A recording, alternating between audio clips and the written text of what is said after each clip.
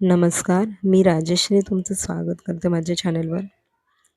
माझ्या ब्लॉगमध्ये मी आज एक वेगळाच विषय घेऊन आले आहे. तुमच्याशी मी शेअर करण्याचा प्रयत्न करते. आज 6 डिसेंबर हा दिवस आला की प्रत्येक स्त्रीच्या मनात एकच नाव उजळतं, डॉक्टर बाबासाहेब आंबेडकर. कारण त्यांनी फक्त समाज बदलला नाही, स्त्रीचा सन्मान, तिचं स्वातंत्र्य, तिचे हक्क यांना पहिल्यांदा आवाज दिला.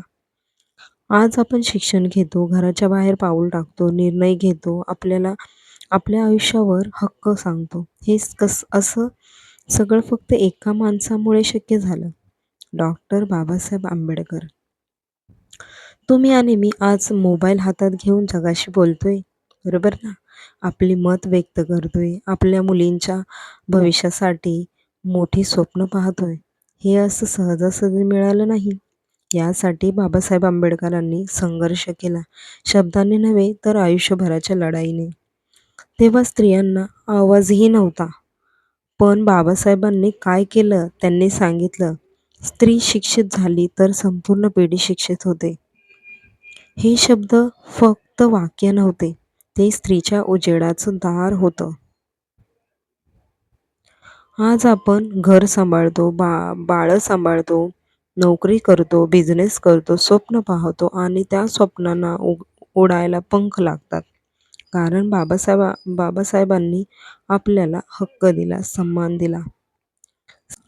6 डिसेंबर हा दिवस आपल्याला आठवण करून देतो की माणूस संपला पण त्याचे विचार आजही प्रत्येक स्त्रीमध्ये जिवंत आहेत.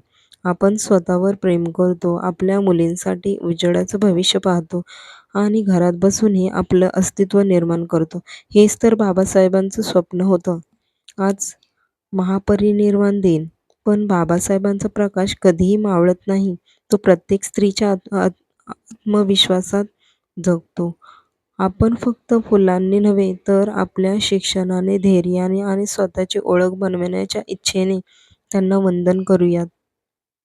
बाबासाहेब, तुम्ही आम्हाला जगायला नाही, उंच उडायला शिकवलं. आजची प्रगती आत्मविश्वासाने उभी असलेली स्त्री,